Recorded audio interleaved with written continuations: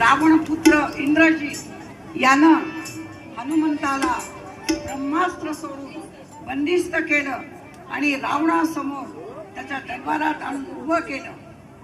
रावणाला भयंकर संताप आला.